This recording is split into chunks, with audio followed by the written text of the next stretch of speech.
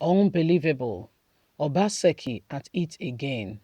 This man has frustrated and have really let down a lot of people who trusted him, believed in him, gave him the mandate, fought for him to see him get his second tenure.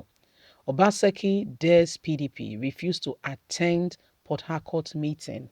He dares them because since he came in, remember how he came in? According to him, when the broom swept him away, it was the umbrella that gave him refuge from the rain.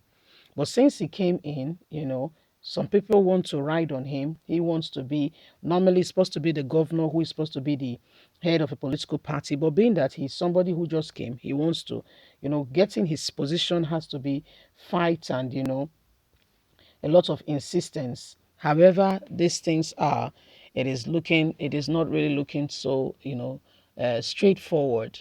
And Obaseki is that governor who has not also signed the anti-grazing law, despite the heightened insecurity in Edo State. Please don't forget to give us a thumbs up, like us, share, subscribe. Let's get all the details. Obaseki dares PDP refuses to attend Port Harcourt meeting. Governor Gordon Obaseki of Edo State has predicted by political analysts did not fail to live up to the expectation. He refused to attend the PDP governors meeting, which was held yesterday in Port Harcourt, where the national chairman of the party, Professor Aye, was in attendance.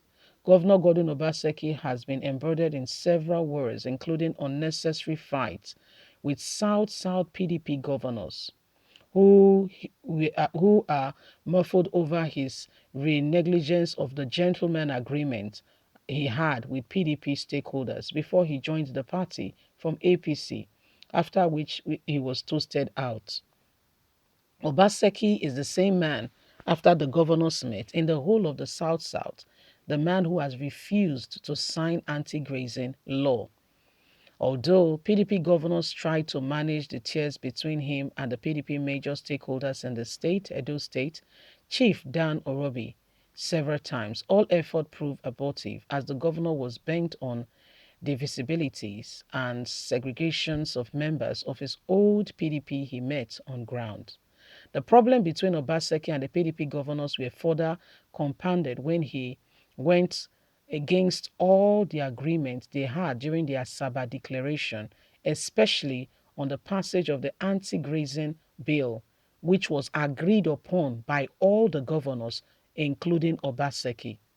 Obaseki did not only regenerated on the did not only rebluffed on the agreement reached, he went to Buhari begging for funds to start off a non-existing livestock project. And everybody is wondering, what does he want to do with the money?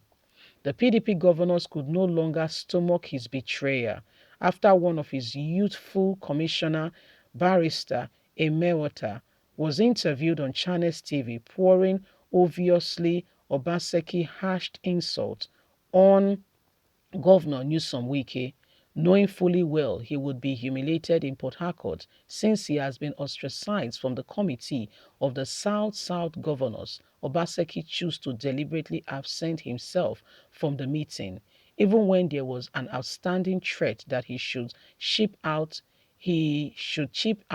if he does not attend. Fingers were crossed on the next move of the governor, who is hell-bent on destroying PDP in Edo State, with his anti-party activity as well as the reaction to the party on his ill advice and action. Can you see who Obaseki truly is? The South governors, including, some Wike, warned the people then that this Obaseki we are taking on board. I don't trust this guy.